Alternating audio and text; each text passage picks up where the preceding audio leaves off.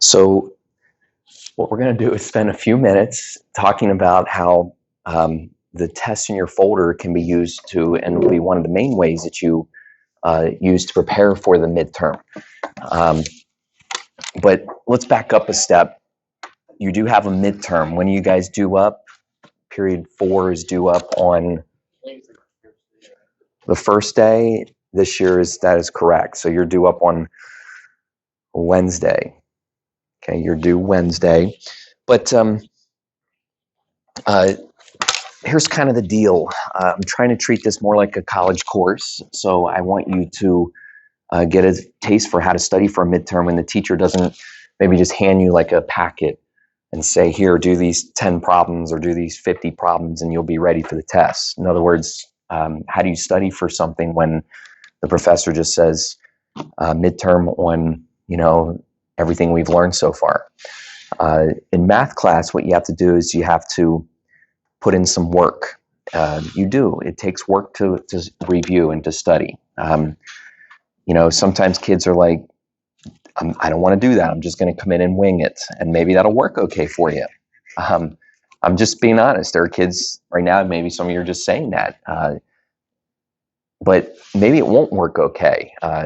And what I would encourage you to do is to kind of take the risk. I say it's a risk because when you study, then, you're saying, I'm trying. And sometimes, you try, and the reason it's risky is because you still don't get the grade that you want. I'd like to sort of propose to you, though, that is unlikely. If you try, if you study, if you prepare, you should do decently or better than decently. I'm saying that from experience, watching other kids, even myself. And one way that you can study is just maybe a little bit at a time. I just want to throw this out as a thought, a little bit at a time. What does that mean? Well, in a minute, we're going to look at all these tests. Maybe each day or the days that you pick or an hour that you pick that you're like, I'm going to study chapter 1. And I'm just going to kind of study chapter 1. I'm going to focus on it. I'm going to really learn it. If there's something that I need to, remember. And then maybe there's some things that I don't need to remember because you already know it. But then chapter 1, I did it. And then you can focus on chapter 2 and 3. And sometimes people are like, yeah, but I'm going to forget. If I start studying chapter 1, I'm going to forget it. That's usually not how it works. If we went through it the first time, you're just reviewing it and bringing it back to the front of your mind. It's still there. You're not going to forget it if you prepare more than like the night before. Try it or give it a shot. Now, there are some of you that are like, I operate better last minute. I'm going to just study for this the night before. Okay. Hey, if that works for you, or I guess I might say, will that work for you? We're going to kind of see. But sometimes, at least from my experience, many times just doing a little bit at a time, you can get more quality, a little less anxiety. And it's a thought that I'm giving you. When you study, don't just look at your stuff. Do the stuff. Get some scrap paper out and rewrite the problems. Especially if it's one that you look at and you're like, I don't really know how I did this, then start writing it out. Of course, don't just copy it, but try to redo the problem. That's a great way to study for math, to redo problems. You're not going to be allowed to make a note card. This is kind of the big leagues now. It's unlikely if you were in a university setting or a college setting that you would be able to bring a note card to the test. Again, it's unlikely. It's possible, but what I would say is, you can still make a note card. You just can't use it on test day because making a note card is just really a teacher's way of getting kids to focus on what's important. So writing down things that are important is another way to study. Notice I keep saying writing down. I've just seen this with myself, with my own children, with students that I've had. When you write things down, you tend to remember them differently than if you just look at them, especially in math. Okay, now, we are going to go through your test folder, and if I didn't say it already, you're going to be allowed to take it out of the classroom. I trust you that the only thing you're doing with it is studying from it. There shouldn't be any sort of reproducing or in some other way posting. That would not be ethical. I'm going to ask you just have the test folder to study from, and then you're going to return it the day of the midterm. But you can write on your test. You can Again, like I said, redo problems, all that good stuff. If all you do is study from your test, that still might not be enough. The test is supposed to just focus you back on the main stuff. But if you get to a section, you're like, I need another problem to do. Yeah, go do another problem from your notes or from a quiz. Okay, those would be the other two places to probably study from, your notes and a quiz. All the assignments that we've done, there's a lot of problems in those. I would say if you still need more study, you could look at problems I graded in the assignments. Okay, now when we go through your tests, I'm somewhat going through this to just say, remember this, and just let you look at it. There are a couple times where I'm going to say, you may cross this problem off, meaning you will not see, guaranteed you will not see that problem on the midterm. So people like that, they like to sort of listen for those cross-off problems. There's not many of them, but there are a few. So chapter 1, do you have your folder organized? Chapter 1. Ooh, I forgot to say, and it would be helpful. The midterm is divided into no calculator, very similar to the way the class would have been set up in the last 4 or 5 months. So when you look at chapter 1, no calculator, yeah, those questions would also be on the no calculator midterm part. So lots of good stuff there. Nothing gets crossed off, but I just want to highlight parametric equations, 2a, 2b. It tends to be something that people have to go back to just to brush up on more directly. Trig stuff, yep. People tend to find out that chapter 1 is the chapter they have to study the most because it's all that prior math. If you flip it over to the back, you'll quickly realize that there's well, like I said, some trig stuff, and then we even have like a graph of a tangent. Yes, there could be some kind of question that relates to the equation of a trig function. It's also something that usually requires more study time. Okay, so all good, all fair game. By the way, if you just have a question, what's the answer to this or that? You can always ask. You could also ask me later. This is for you, so we have enough time. If you have a question, you're allowed to ask it. Again, an answer or something else too. The calculator part of chapter 1, I'm looking at that next page. All that's fair game. Okay, I'm flipping over to the back side now. You get to a problem like number 9, that's a good problem. It's a piecewise function, but since the test is multiple choice true false, which I also think I forgot to say, but since it is, you're not going to draw a graph, but you certainly might still need to match a graph, so understanding piecewise functions is still fair game. Yes, there could be an application problem like number 11. Sometimes people want to know, are you going to give us formulas? Don't count on it. If you look at number 11, though, you should realize that's just an exponential formula. That's something kids should know.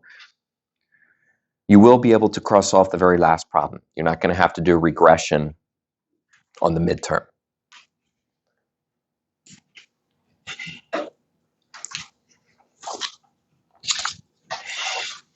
Again, you may ask something if you want. I'm going to keep rolling unless you do.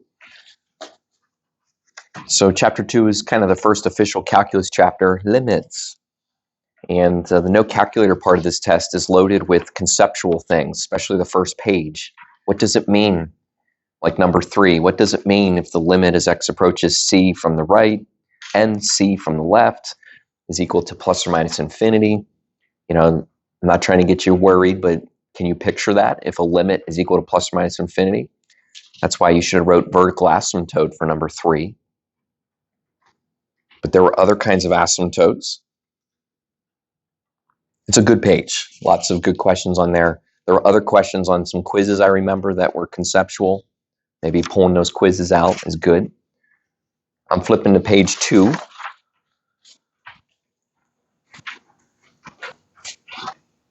Especially in the middle there, towards the bottom, if there was the main part of the chapter, it would be that. It would be finding a limit. And without your calculator, do you know what to do? It all depends. For example, number 11, it's actually just a straight up substitution. You get a number and you're done. But you look at something like number 13, and if you substitute in 2, you're going to get 0 over 0. So you got to factor it. You got to do something different. But if you look at number 14 or 16, your x is approaching infinity. Well, you also do something different. It's called the end behavior model. So yeah, most kids have to brush up on that and make sure that you're comfortable with all those different ideas. Everything's fair game. The problems at the bottom are a little harder. You're not going to have to show any work on the midterm, but what if I gave you one that was like that? Again, took a couple steps. By the way, you will be able to write on the midterm. Kids kind of like that. You don't have to copy on the scratch paper. You'll be able to write on the midterm, but you'll still transfer your answers to a simple Scantron. So there's no computer. You're going to do it on paper. 19 through 26, that exact graph. Yep, that exact graph will be on the midterm. So I bet there'll be some of the same questions since they pretty much relate to all those limits. Okay, 29 and 30.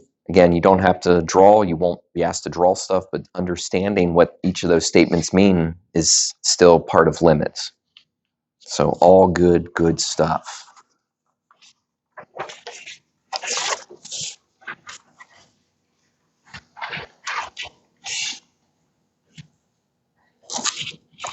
Now, I hope I don't confuse you with this. I hope that you say in a few seconds, thank you, or at least you say, okay, I think I understand what you're saying. You're not going to have to do a problem like 1 and 2 with the limit formula as h approaches 0. Okay, because you have a new way to do that. Give me some love here. What's the new way to do those problems? Derivatives. Okay, so yeah, I'm sure you're going to have to find the slope of a tangent like number 1 and number 2, but very unlikely you're going to do it with the limit as h approaches 0, which I'm just putting it out there. There's no time where you'll be required to show or do something with that formula. Okay. Trying to think if there's something to add to the front of that paper. I don't have anything. If you want to flip to the back, more limits, this time with a calculator. But that doesn't mean you have to use a calculator to get the answer. You actually could do most of those problems still without a calculator. If you're like, how do you use a calculator? Well, maybe you graph the problem. Remember, if you graph the problem, you can look for the intended height.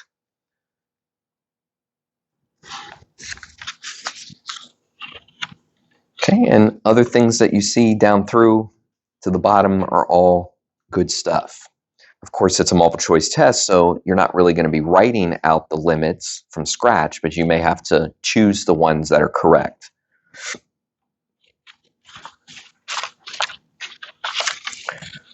So hopefully my limit have not reached yet. Remember the song My Limit? I am reaching. So hopefully you're still good with limits. Now, really, the rest of the tests here, although we're still going to look at them, have to do with what we've been talking about for much of our time. Derivatives. And then the test you just took, you know what that's all about. So, but look at the first derivative test. This was kind of before things got super tricky, but you still got some good derivatives in there, like number 4 on the front, understanding how to deal with fractions, hopefully negative exponents is how you deal with those. Make sure number 5 and 6 are quotient rules. They should have been a couple months ago. They still should be next week. Flipping over to the next page. Number 8 is the product rule. Did you get it right a couple months ago? Would you get it right next week? So, don't forget how to do a good old product rule. There's a second derivative in there, number 11. We haven't really done a problem like number 12 in a while. That's that whole slope of a tangent. And number 13, equation of a tangent. Just saying, we haven't done that in a while. Make sure that you're familiar with it. There will be an application problem like number 14. That shouldn't be an awful thing. Hopefully you're just doing a little derivative and thinking about some simple ideas with velocity. I'm on the back page now. Number 15, A and B. I don't think those problems are terrible, but I chose to just not put them on the midterm. So it would be something you don't have to study. Number 15, A and B, not going to be on there. Make sure you know what's up with something like 16 and 17. It wasn't tested much. It was actually a lesson that you guys were supposed to have sort of taught yourself through a little independent video. But the idea of a derivative existing or not existing, ultimately the left-hand slope and the right-hand slope are either equal or not equal. So that's fair. Remember, if you want to know a right answer, I mean, you can ask. I don't post the tests online. I'm sure you can know why, but if you do want to know a right answer, you can always ask. You can certainly network with friends. And then the other derivative tests. Now, that first page, was it helpful? I hope so, but it's that type of thing is not going to be on the midterm. So you would want to know those rules. I hope, though, that most of those rules are more like just how to do a derivative. But yeah, even when I look at letter A, letter C, and letter D, I'm like, oh yeah, those are formulas that I should study or memorize. But not every single thing on that first page is something to like memorize. A lot of it is something to realize what is the rule. So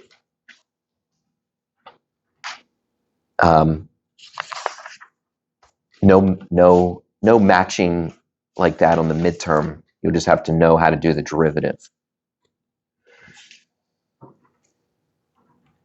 Okay, and just letting you look at the main page. I hope you're looking at like 11 through 20.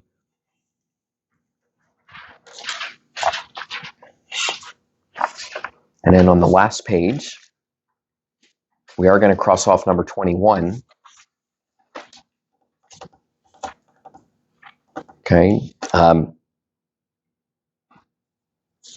And number 25.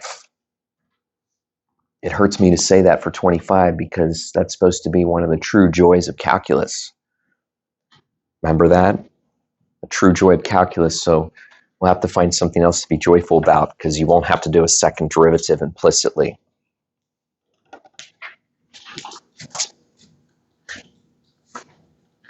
You know, when people study or really study for this, they have said, I feel like I recognize some of the problems. I wonder why that would happen. Well, probably because when I made the midterm, I was looking at these tests. Okay, I don't go searching high and low for new problems. It's not like when you do the midterm, you're going to be saying, I never saw any of this. You shouldn't be. So yeah, you might feel like you recognize some problems. I'm sure that the overall theme of each problem will be similar to the ones that you just saw in these tests. And then your first chapter 4 test,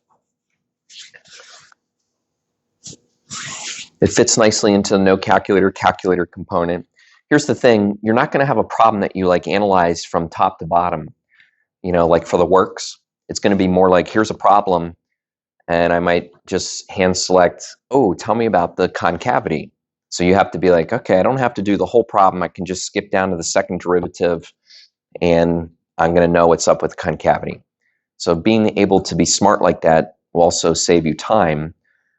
This year, the midterm schedule is similar to other schedules we've used where it looks like you have about 70 minutes. I'm not going to rip the test off your desk after 70 minutes. You can come in, get started early, and basically we give 80 minutes as sort of the numbers. So what that means is about 10, no more than 15 extra minutes, because I'm putting a little time frame on it. Even my own son at college has taken some midterms and finals, whether he's in or even out of the classroom. So even if he's taken a final that's like a take-home final, it's still timed. Okay, it's probably timed like on a computer or something, but I want to put the time frame on it that you study and that you're ready to go. You want to come in ready. Okay, yeah, you might get stumped on a few problems. Maybe you skip them, but you shouldn't be like using the midterm exam to do your studying, like trying to remember. You should be doing the try to remember stuff before you come in.